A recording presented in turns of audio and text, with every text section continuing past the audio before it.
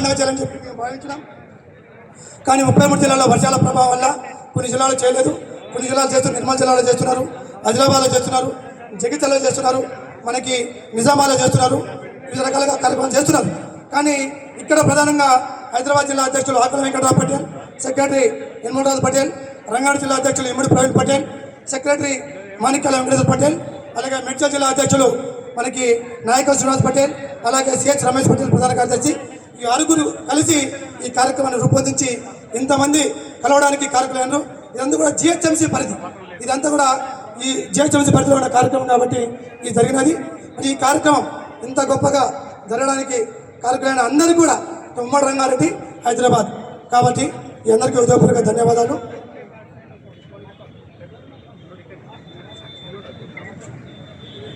కాబట్టి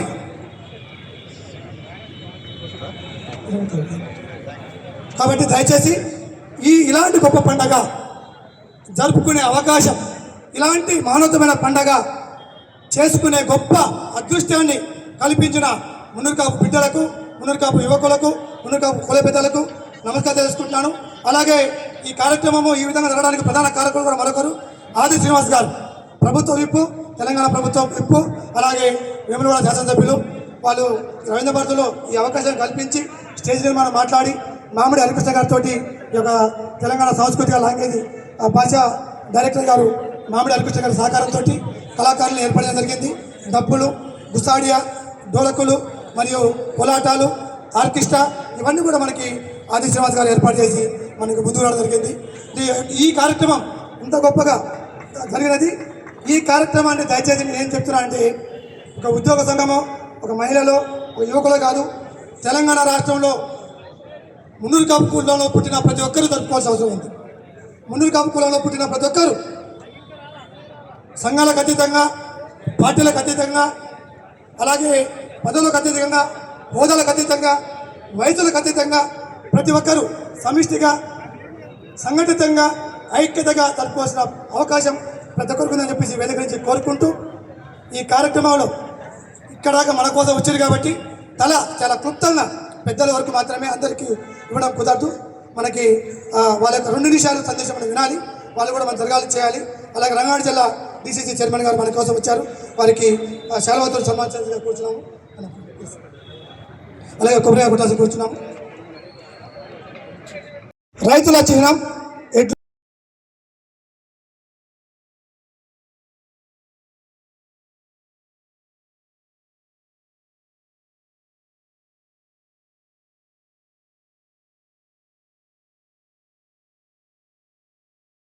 ఎంఆర్ఓ, అలాగే ఎలక్ట్రిసిటీ, నువ్వు ఏ డిపార్ట్మెంట్ తీసుకో, పంచాయతీ రాదు, అలాగే పంచాయతీ సెక్రటరీల రాష్ట్ర అధ్యక్షుడు మనోడే, ఎంపీ వాళ్ళ సంఘానికి మనోడే శ్రీపతి బాబు పాటేల్.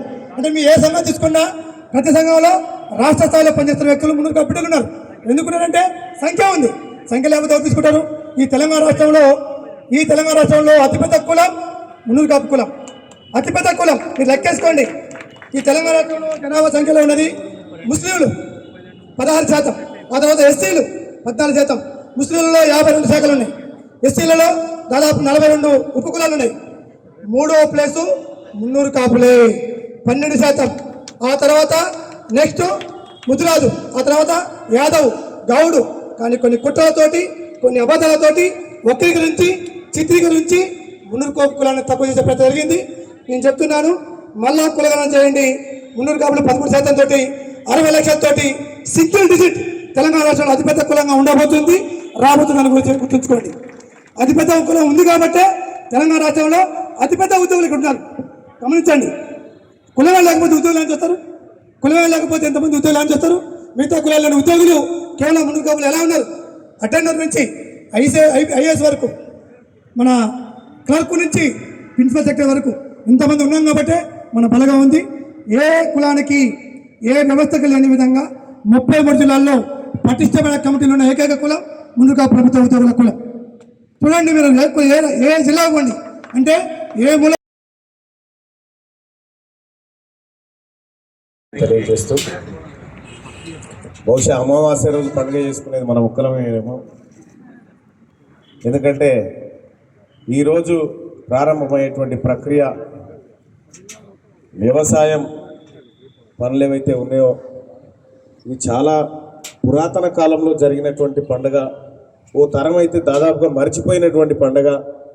సో ఇటీవల కాలంలో ఈ సంస్కృతిని, ఈ పాత తరంలో జరిగినటువంటి ప్రతి వ్యవహారాన్ని ముందుకు తీసుకొచ్చి మనకు సంస్కృతిని మరింత దగ్గర చేస్తున్నటువంటి మున్నూరు కాపు ఎంప్లాయీస్ యూనియన్కి, అలాగే ఉద్యోగ సంఘాలకు, ఇక్కడికి విచ్చేసినటువంటి అందరికి కూడా ప్రయత్నం చేసిన ప్రతి ఒక్కరికి కూడా ధన్యవాదాలు తెలియజేసుకుంటా ఉన్నాం. ఎస్, వాస్తవానికి ఊర్లలో చాలామంది మన వాళ్ళకి ఖచ్చితంగా వ్యవసాయం ఉంటుంది, భూములు ఉంటాయి, అన్నీ ఉంటాయి. ఓ రకంగా భూస్వాములే, నో డౌట్. భూములు మంచి భూములే ఉన్నాయి అందరికీ. అందరు కూడా అంతో ఎంతో వ్యవసాయం చేసి ఇతర కులాల వారికి కూడా కొంత పని కల్పించి వాళ్ళ కడుపులో కూడా అన్నం ముద్దయ్యేటువంటి ఒక గొప్ప సామాజిక వర్గం మున్నూరు కాపు సామాజిక వర్గం.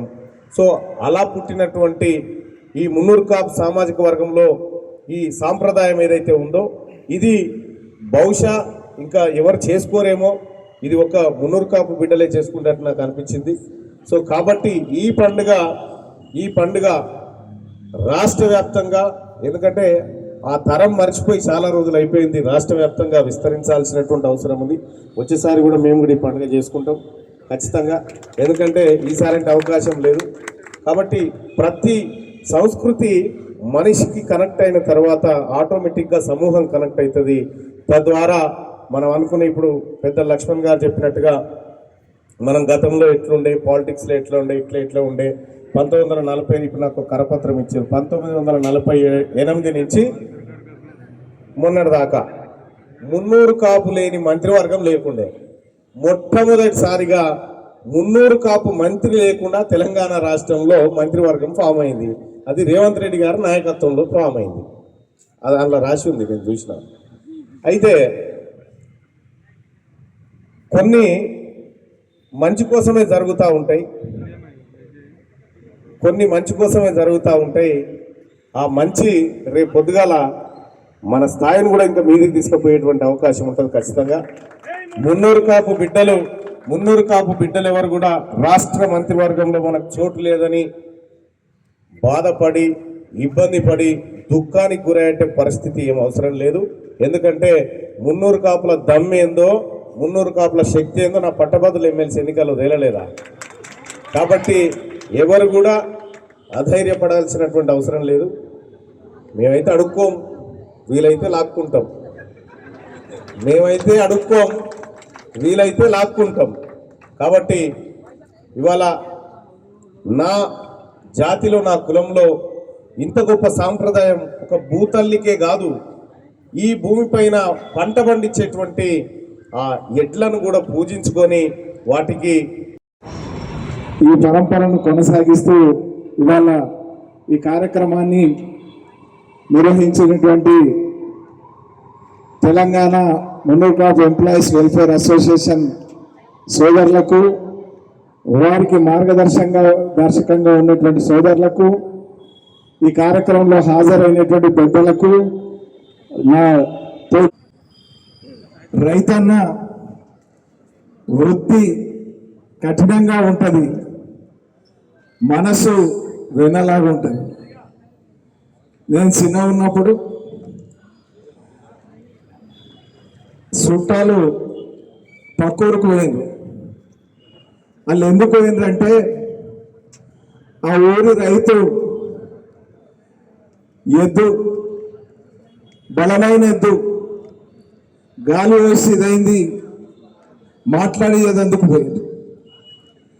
అంటే పక్క ఇవాళ మనం దినాలు చూస్తూ ఉంటే మరి ఏ రకంగా మనం ఆలోచిస్తాం అనేటువంటిది, ఏ రకంగా మరి పెద్దలు, బిచారులు, తెలంగాణ మున్నూరు కాపు ముద్దుబిట్ట, అపారంగా ఉన్న రాజ్యసభ సభ్యులు, ఎంపీ గారు, పెద్దలు వివేక్ చంద్రరావు గారిని వేదిక రావాల్సిన కూర్చున్నారు. ప్లీజ్ అన్నగారు, ప్లీజ్. ఈ యొక్క కులానికి ఐక్యర్ గారు, పెద్దలు కూర్చోండి. Thank you. పొలాన్ని ఒక బొకే ఇప్పిద్దాం పెద్దలకి. ఆహ్వాన బొకే తాను నందన పటేల్, ఆకుల వెంకటరావు పటేల్, నిర్మల్ రాజ్ పటేల్ పెద్దలకి బొకే ఇచ్చి స్వాగతం పలకగా కూర్చున్నాం. సమాజంలో ఇవాళ గంజాయి మత్తు ఈ రకమైనటువంటి వాటిని ఎట్లయితే మనం పొలం పంటను మంచిగా పండించేందుకోసం కల్పదిస్తామో సమాజంలో ఉన్నటువంటి ఈ రుగ్మతలను ఆ రకంగా ఏరివేసేటువంటి ప్రయత్నంలో మనం అందరం ఉండాలని చెప్పి ఈ పండగ సందర్భంగా సవినయంగా విజ్ఞప్తి చేస్తూ మరొకసారి శుభాకాంక్షలు తెలియజేస్తూ ముగిస్తున్నాను. ధన్యవాదాలు. నిజామాబాద్ బిడ్డ వెయిట్ చేస్తున్న రైతు కొంచెం లేట్గా వచ్చింది, మనం చూద్దాం. ఆకు వెంకటరెడ్డి దా హైదరాబాద్ జిల్లా అధ్యక్షుడు మన ఎన్న లక్ష్మణ గారు.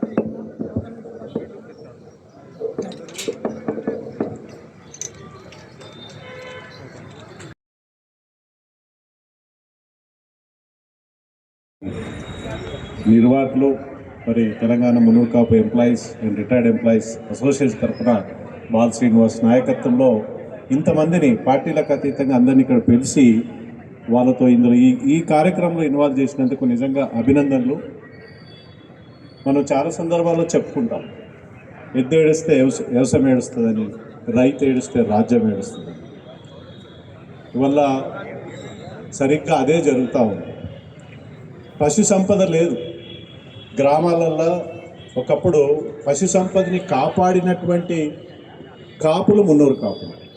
ఏ ఇంట్లో చూసినా మా ఇంట్లో అయితే 100 ఆవులు ఉండే, 16 ఎడ్లు ఉండే. ఏ ఇంట్లో చూసినా 4 ఎడ్లు, 2 ఎడ్లు, 8 ఆవులు, 10 ఆవులు ఉండేది. ఎక్కడైతే పశు సంపద నాశనం అవుతుందో అది సమాజ నాశనానికి నాంది అక్కడి నుంచే ప్రారంభమవుతుంది. పశు సంపద పోయింది కాబట్టి వల్ల రైతు కూడా ఏడుస్తూ ఉన్నాడు. ఎన్ని ఖర్చు పెట్టినా, ఎన్ని వేల రూపాయలు ఖర్చు పెట్టినా పంట పండడం లేదు. మోడర్నైజేషన్ పేరు మీద ఏం జరిగినా ఇవాళ అత్యంత నష్టపోయినటువంటి కమ్యూనిటీ ఏదైతే ఉందంటే అది మున్నూరు కాపు కమ్యూనిటీ. ఎందుకంటే మున్నూరు కాపుని కేవలం ఎద్దును నమ్ముకుంటాడు, భూమిని నమ్ముకుంటాడు, పంటను నమ్ముకుంటాడు. పంట గిట్టుబాటు ధర ఎక్కడిది? నేను కొన్ని రోజులు వ్యవసాయం చేసి చూశాను ఈ మధ్య కాలంలో. నేను పెట్టిన పైసలకి 200 ఇంకో 100 రూపాయలు, 100 పెడితే ఇంకో 100 పెట్టి వదిలించుకోవాల్సినటువంటి పరిస్థితి వ్యవసాయం. ఈ దుస్థితికి కారకులు ఎవరో మనం అందరం కూడా అన్ని పార్టీల నాయకులు ఆలోచించాల్సిన అవసరం ఉంది. ఇవాళ మొత్తం మున్నూరు కాపు మరి ఎక్కువ టైం తీసుకో కాపు సమాజాన్ని మొత్తం కూడా ఒక ఇరుసులాగా, ఒక మాలలో దారంలాగా ఇవాళ మున్నూరు కాపు ఎంప్లాయీస్ అసోసియేషన్ వాళ్ళు మనందరినీ కలపడం అనేది నిజంగా అభినందనించాలి. వివిధ గ్రూపులు సంఘాలుగా ఉండడం అయినప్పటికీ కూడా ఒక ఇరుసులాగా మీరు చేసే ప్రయత్నాన్ని నిజంగా అభినందిస్తూ, ఈ ప్రయత్నం మేము తెలంగాణ ఉద్యమంలో చేసినాం. ఆ రోజు పార్టీలకు అతీతంగా తెలంగాణ పేరున్నప్పటికీ కూడా తెలంగాణ కోసం అందరూ ఒకే వేదికకి రావడానికి ఇష్టపడే వాళ్ళు కదా చాలామంది. మేము తెలంగాణ ఉద్యోగుల సంఘాన్ని ప్రారంభించి అట్లా ఆ ఉద్యోగ సంఘాలతో ప్రారంభించి అన్ని ఉద్యోగ సంఘాలని 134 సంఘాలని ఏకం చేసి వివిధ రాజకీయ పార్టీలను ఒకే వేదిక తీసుకొచ్చినటువంటి ప్రయత్నం మనం చేసినాం. కాబట్టి చివరికి తెలంగాణ బిల్లు పాస్ అయింది, తెలంగాణ రాష్ట్రం ఏర్పడ్డది. మున్నూరు కాపులకు కావాల్సినటువంటి న్యాయమైన హక్కులు కాపాడబడాలి అంటే తప్పనిసరిగా మీరు ముందుండి అందరినీ కలిపే ప్రయత్నం జరగాలి. మరి 1948 నుంచి ఈ రోజు వరకు కూడా మొట్టమొదటిసారి తెలంగాణ రాష్ట్రంలో అటు ఆంధ్రప్రదేశ్లో కూడా ఇంత పెద్ద సంఖ్యలో ఉన్నటువంటి మున్నూరు కాపు సంఘాన్ని సమాజానికి క్యాబినెట్లో ఒక మంత్రి లేకపోవడం అనేది చాలా దురదృష్టం. ఇంతకుముందు మల్లన్న చెప్పినట్టుగా నాకు తెలుసు వేరే పార్టీలో పాటు మల్లన్నని ఓడించడానికి ఆ పార్టీ నాయకులు ఎంత కృషి చేశారని నేను చూశాను.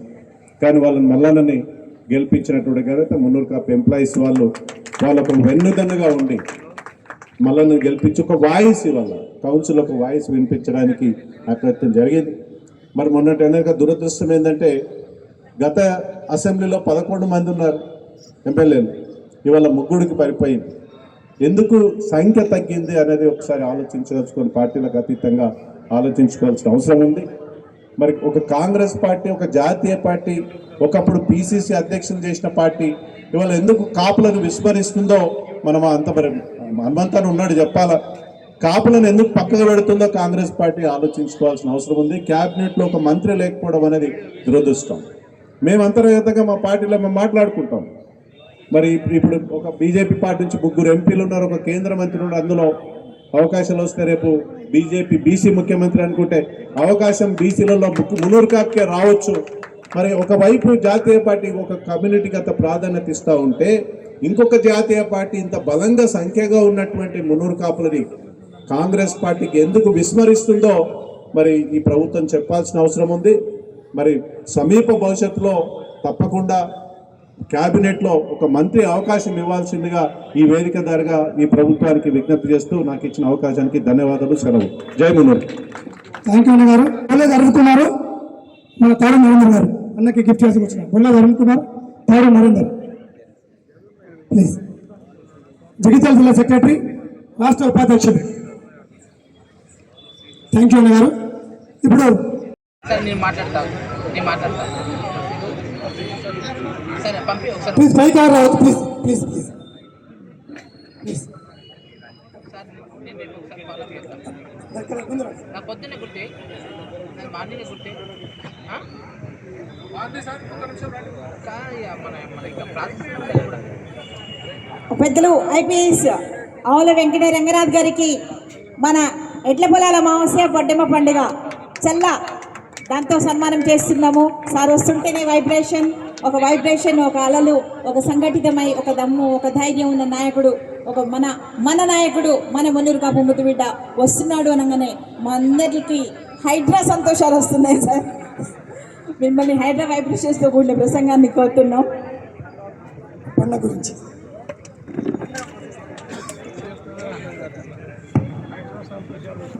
అందరికీ నమస్కారం.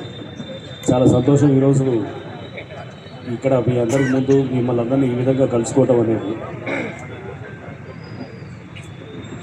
నాకు అంటే ఎన్ని పనులు ఈరోజు మీటింగ్స్ ఉండి కూడా మధ్యలో మన వాళ్ళందరినీ కలుసుకోవడానికి ఇది ఒక మంచి అవకాశం, ఇది మిస్ చేయకూడదనే దీంతో నేను వచ్చాను. మీ అందరికీ ఈ పండుగ సందర్భంగా మీ అందరికీ కూడా శుభాకాంక్షలు. అండ్ మనం ఎప్పుడు కూడా ముందుండి ప్రకృతిని కాపాడే వాళ్ళలో మనం ఎప్పుడు ముందే ఉంటాము. సో అది బహుశా అది మరి కోయిన్సిడెంటల్గా ఉద్యోగం కూడా కాపాడే ఉద్యోగాన్ని ప్రకృతి నాకే ఇచ్చారు. సో అది తప్పకుండా ప్రకృతిని కాపాడదాం.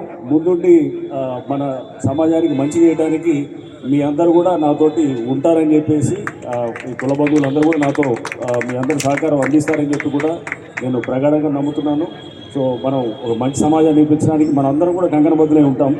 అండ్ ఈ సందర్భంగా నన్ను పిలిచి ఇక్కడ ఈరోజు నాకు మీ అందరినీ కలుసుకునే అవకాశం ఇచ్చినందుకు మన శ్రీనివాస్ని ఇంకా ఇతర మన రజిత్ అందరూ కూడా నేను ప్రతి వాళ్ళు కూడా ఇక్కడ ఉన్నటువంటి ఆర్గనైజేషన్ అందరూ కూడా నేను మరోసారి వాళ్ళందరూ కూడా నేను ధన్యవాదాలు తెలుపుకుంటున్నాను. Thank you. మీ యొక్క డెడికేషన్, మీ యొక్క కాన్సన్ట్రేషన్ అనేది ఈ ప్రతి ఉద్యోగం నేర్చుకుంటున్నారు. ఈ ఉద్యోగ సంఘాల్లో మీరు మాకు ఐకాన్. ఇప్పుడు తెలంగాణ రాష్ట్రంలో ఒక ఉన్నత స్థానంలో ఉన్నారు, హైడ్రాకి కమిషనర్గా ఉన్నారు. ఈ ఉద్యోగ సంఘాల్లో ఉన్న 56 మంది ఉద్యోగులు ఇలాంటి పెద్దల్ని ఆదర్శం తీసుకొని మేము అందరం పనిచేస్తున్నాం. గత 20 సంవత్సరాలుగా మీరు చేస్తున్న కృషిని మేము గమనిస్తూనే ఉన్నాం సార్. 100% మీ శిష్యులుగా, మీ అనుచరులుగా, మీ యొక్క ఉద్యోగ సంఘాల పిల్లలుగా మేము మీ వెంట ఉంటే ఈ యావత్తు మునుగు కాపు ఉద్యోగ సంఘం మేము అంటున్నాం సార్. 60 లక్షల మునుగు కాపులు మీతో ఉన్నారు. మునుగు కాపులే కాదు, తెలంగాణ రాష్ట్రంలో ఉన్న అన్ని వర్గాలు కూడా మీతో ఉన్నాయి. ఇలా హైడ్రా కాదు, వాడ్రా కావాలి, కాడ్రా కావాలని చెప్పేసి వరంగల్లో, నాటరాజు, నల్గొండ ప్రతి జిల్లా డిమాండ్ చేస్తుంది. రాబోయే పరిస్థితుల్లో వరల్డ్ కూడా కావాలని కోరుకుంటుంది మిమ్మల్ని. అలాంటి గొప్ప ఉద్యోగ జీవితం గడుపుతున్న మీకు మాకు ఎప్పటికీ ఆదర్శం సార్. మీ పెద్దలు ఆశీస్సులు ఉండాలని కోరుకుంటూ ఇక్కడికి వచ్చినందుకు హృదయపూర్వక శుభాకాంక్షలు తెలియజేస్తాను సార్. Thank you sir. ఒక నిమిషం ప్లీజ్. ఓన్లీ మళ్ళీ అక్క మనసు అక్క రండి. సిఇఓ గారు, సిఇఓ మన అక్క వెనక్కి రండి. ఈ సహకారం ఎల్లవెల్లా ఉండాలని చెప్పి మనస్ఫూర్తిగా కోరుకుంటూ ఈ అవకాశం ఇచ్చిన నాకు డాక్టర్ బాలశ్రీనివాస్ గారికి ప్రత్యేకంగా కృతజ్ఞతలు తెలియజేసుకుంటూ మా అన్న సెక్రటరేట్ నుంచి అన్న మన ప్రవీణ్ అన్న గారికి, తర్వాత మన విక్రమణ గారికి అందరు కూడా పేరు పేరున ధన్యవాదాలు. ఎవరి పేరున మర్చిపోతే కనుక పెద్ద మనసుతోని మన్నించాల్సిందిగా కోరుతూ అందరికి కూడా హృదయపూర్వకమైనటువంటి ధన్యవాదాలు. సో మీ సహకారం ఎప్పటికీ ఉండాలని చెప్పేసి మనం అందరం కూడా కలిసి ఉంటే ఇట్లాంటి కార్యక్రమాలు నిర్వహించడం పెద్ద సమస్య కాదు అని ఈ రోజుతో మనం నిరూపించడం. ఇక గతంలో ఉన్నటువంటి కార్యక్రమాలు కూడా ఆకుల రజిత్ గారికి, ముఖ్యంగా ఆకుల రజిత్ గారికి వారు మన కుల పెద్దల నుంచి కొంత ఆర్థిక సహకారాన్ని, అలాగే మరి మామిడి హరికృష్ణ గారు కూడా వారు ఈ రోజున మనకి ఈ ఏదైతే భోజన సదుపాయాలు అవుతుందో నీళ్లు కానీ ఇదంతా కూడా ఆకుల రజిత్ గారు కూడా మనకి సహకరించారు, వారికి కూడా మనస్ఫూర్తిగా ధన్యవాదాలు. అలాగే మామిడి హరికృష్ణ గారికి ముఖ్యంగా ఈరోజు ఈ ప్రాంగణాన్ని మనకి తీసుకోవడానికి ముఖ్యంగా మన ప్రభుత్వ చీఫ్ విప్ ఆది శ్రీనివాస్ గారికి, అలాగే దానికి సహకరించినటువంటి పెద్దలందరికీ కూడా పేరు పేరున ధన్యవాదాలు. ఇంతటితో ఈ కార్యక్రమం ముగిసిందని తెలియడం సంతోషిస్తూ ధన్యవాదాలు. Thank you Rajanna. పడాల భిక్షపతి గారు ప్లీజ్ మీకు ఒక సన్మానం మాకు బాకీ ఉంది.